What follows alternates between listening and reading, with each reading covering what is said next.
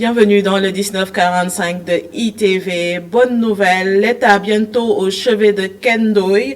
Un rappel des primes est prévu pour l'ancienne athlète sénégalaise malade depuis 2012, informe le président de la Fédération sénégalaise d'athlétisme, le lieutenant-colonel Sarah Wali, et au micro de Hassan Top. Qui est l'engagement du ministre par rapport à la prise en charge de Ken Ndoye, parce que Ken Ndoye le mérite amplement dans la mesure où il a fait beaucoup de choses pour l'athlétisme sénégalais. Donc, pour ne pas trahir des secrets, les engagements du ministre sont réels. Je pense qu'il va faire des actions concrètes dans la semaine. Parce qu'on a eu un échange téléphonique pour ne pas trahir des secrets. Donc, cet engagement est quelque chose de concret. Il a une santé chancelante, seulement il a besoin de soutien matériel pour se faire soigner. On va lui faire un rappel de ses primes par rapport au trophée qu'elle a eu à glaner à travers diverses compétitions. Ça, je pense que c'est un premier acquis dont elle va bénéficier. Pour rappel, Ken Ndoye est une ancienne athlète sénégalaise qui a fait les beaux jours de l'athlétisme sénégalais au début des années 2000. Ken a glané 13 médailles africaines et une médaille mondiale notamment. Aujourd'hui alitée depuis 2012. Elle le vit dans le dénouement total. Gueule Tapée, transformation du marché en centre commercial. Le collectif des populations tire la sonnette d'alarme et demande un audit du contrat, un contrat signé à l'insu de membres du conseil municipal qui révèle de graves manquements. Lors d'un point de presse tenu ce dimanche, le collectif appelle la justice à se saisir de cette affaire remplie d'irrégularités selon ses membres. L'avocat et conseiller municipal à la mairie de Fass, Baba Diop, s'exprime au micro de Barasso. De par la forme, c'est un contrat qui a été irrégulier. Et de par le fond aussi, il y a eu des manquements graves, ou même des clauses que nous appelons en droit des clauses léonines, c'est-à-dire qui donnent trop de faveurs aux co-contractants ou à l'entrepreneur. Donc c'est à la suite de ce constat-là que nous avons entrepris des démarches pour discuter avec le maire d'abord. Il y a eu plusieurs rencontres, mais toutes ces rencontres n'ont rien donné. Nous avons constaté que non seulement le maire ne respecte jamais les engagements qu'il prend dans ces rencontres-là, mais pire, il fait dans la ruse. Donc c'est la raison pour laquelle aujourd'hui nous avons estimé qu'il est temps d'agir. Nous avons envoyé une sommation interpellative au maire par voie d'huissier et le maire n'a pas voulu répondre.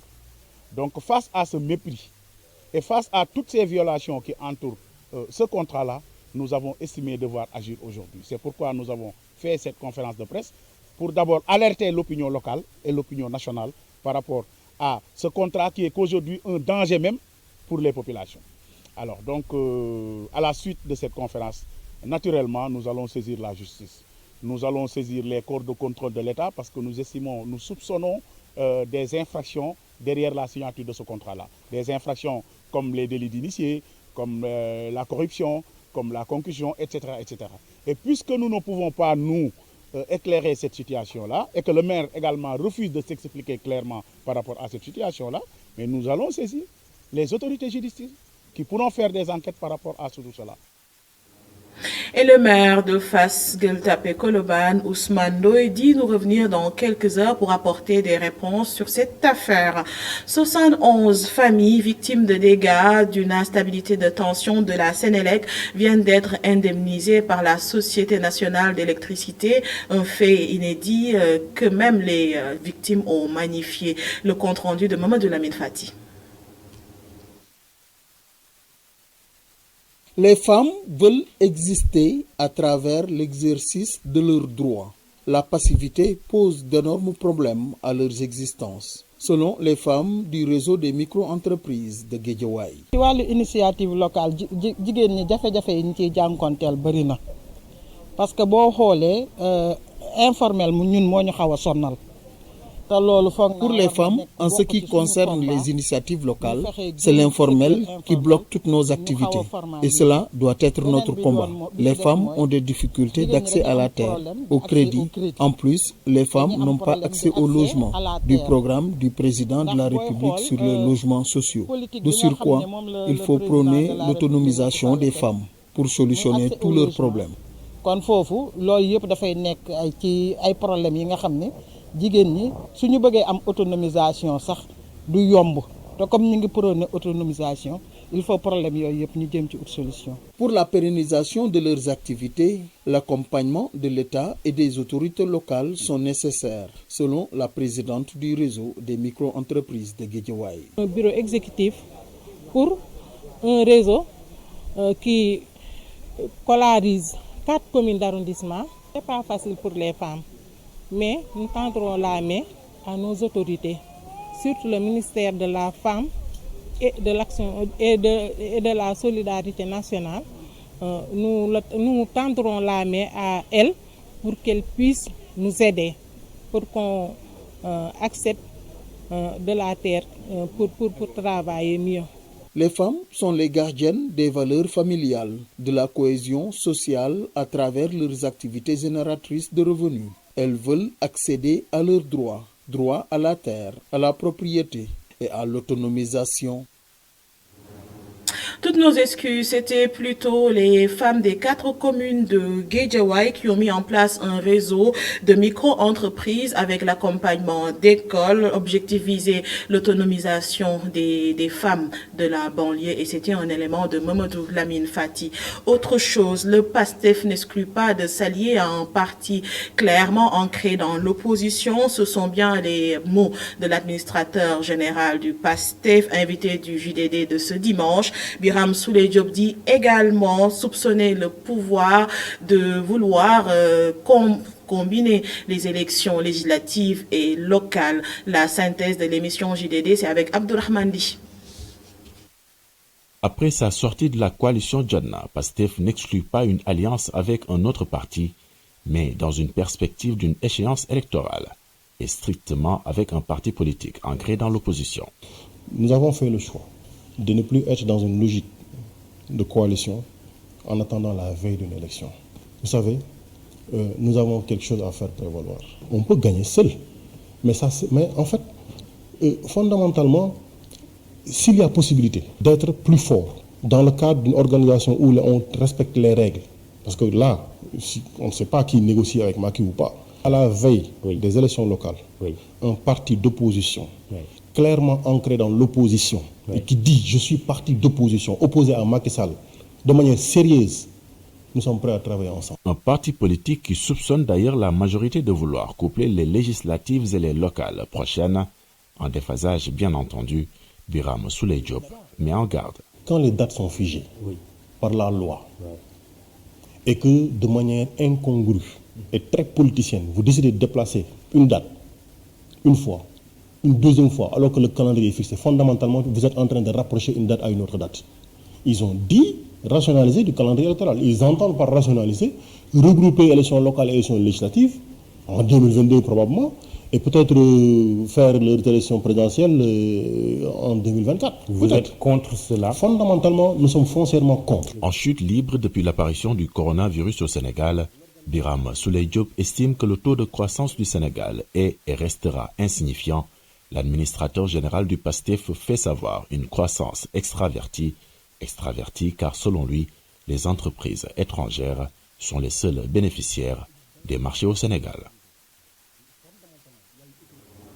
Et d'autres sujets ont également été abordés dans cet entretien. Biram Souleye Diop a fait savoir que son leader n'ira pas répondre à une deuxième audience du chef de l'État malgré les craintes d'une seconde vague du coronavirus. Et concernant justement cette maladie, il estime qu'il n'y a pas de transparence dans la gestion du fonds Force Covid-19.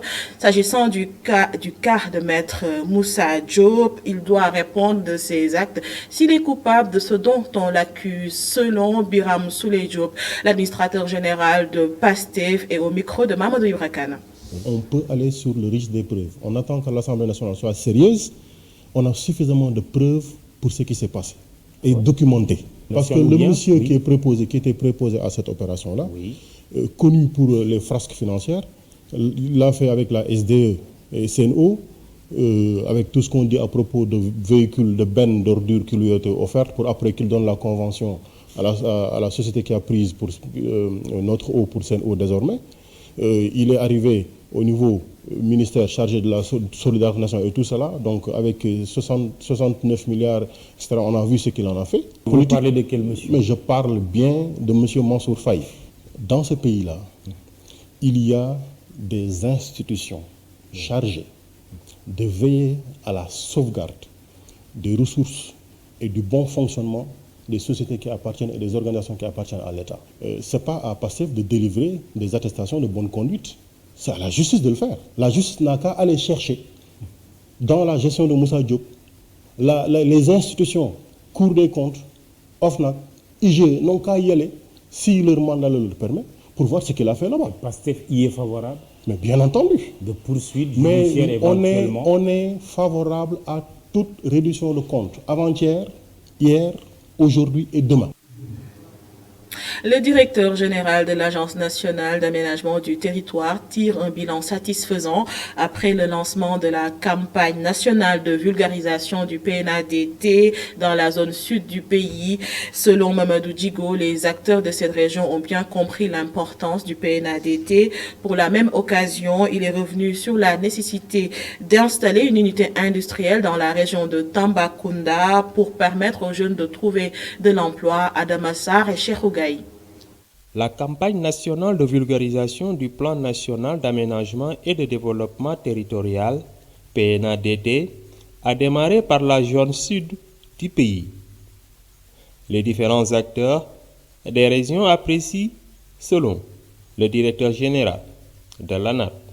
Comme vous le savez, nous étions dans le sud, dans le cadre de la vulgarisation du Plan national d'aménagement et de développement territorial du Sénégal, qui a comme objectif de développer le Sénégal à partir de ces territoires par une bonne structuration de l'espace et une valorisation intelligente de toutes les ressources territoriales, puisque l'élaboration de ce plan a été faite aussi avec la participation des acteurs du Sud aussi. C'est la raison pour laquelle notre retour là-bas dans le Sud a été plus que facile. Après la zone Sud, ce sera la zone Est avec la région de Tambacounda.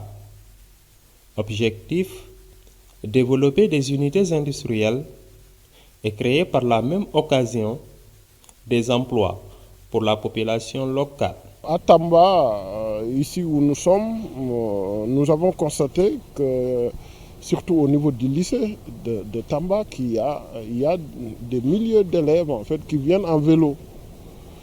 Et la région, elle est minière. Il y a du métal d'ici Kédougou, il y a de ces ressources-là. On pouvait bel et bien faire une petite unité industrielle qui va fabriquer des vélos, qui va fabriquer des chaînes de vélos, qui va fabriquer le petit métal de vélo, qui va fabriquer en fait les cadenas, les coulous et tout ça. Une grande fonderie pour essayer d'accompagner cette région. L'Agence nationale de développement territorial, ANAT, compte booster le développement des territoires grâce au plan national d'aménagement et de développement territorial. Coronavirus à présent, le bilan du jour fait état de 80 nouvelles contaminations sur un total de 925 tests réalisés, un décès enregistré. 8 cas graves sont actuellement en service de réanimation et 45 patients ont été contrôlés négatifs, donc guéris.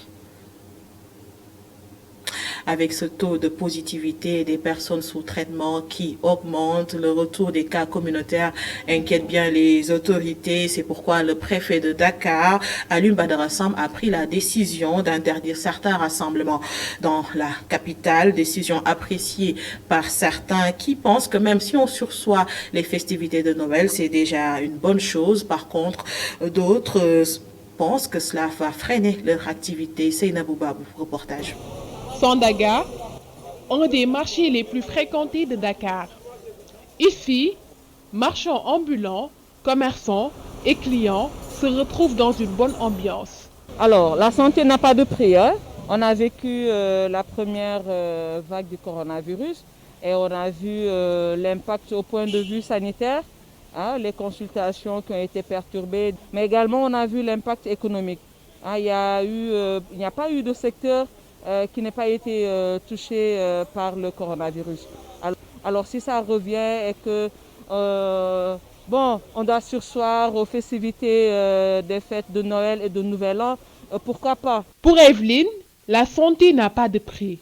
Elle ne voit pas d'inconvénient à une éventuelle interdiction des rassemblements à l'occasion des fêtes de Noël et de fin d'année.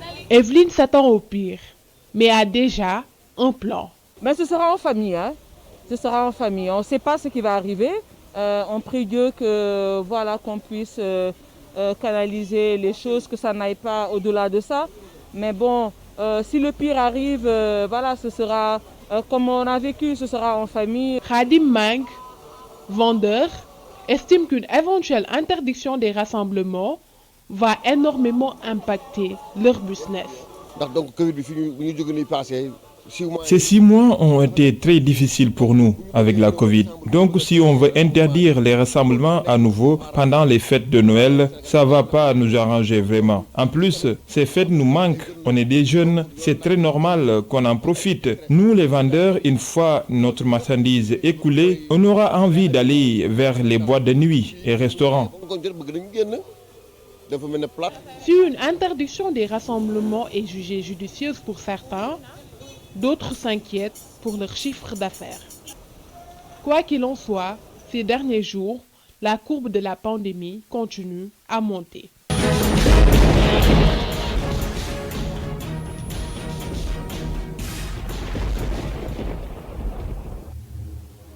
L'accès à l'électricité va reculer cette année en Afrique à cause du coronavirus, selon l'Agence internationale de l'énergie. Dans un entretien accordé à l'AFP, le directeur de l'AIE, Fatih Birol, souligne tout de même le potentiel énorme du continent en énergie solaire, à condition de pouvoir attirer les investisseurs. Moustapha Gabar Diop nous fait la synthèse de cette entrevue.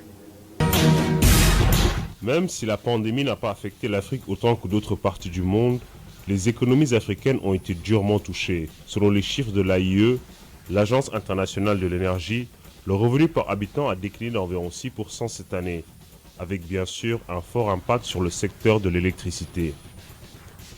Pour la première fois depuis 7 ans, le nombre de personnes sans accès à l'électricité va augmenter en Afrique, ce qui est inquiétant. L'autre mauvaise nouvelle sera la chute de 30% des investissements dans ce secteur cette année. C'est principalement parce que les gouvernements ont d'autres priorités et pour les investisseurs, le risque accru dans ces économies, particulièrement en Afrique subsaharienne, augmente le coût du financement.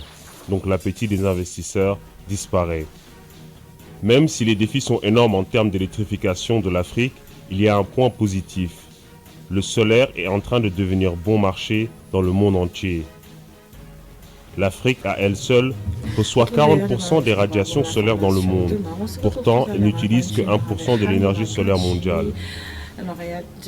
Les raisons d'investir dans le solaire africain ne sont pas seulement humanitaires, mais peuvent aussi se traduire par des retours sur investissement significatifs, à condition de trouver un cadre d'investissement pour rendre moins risqués les investissements en Afrique et fournir un terrain fertile pour les investisseurs du monde entier.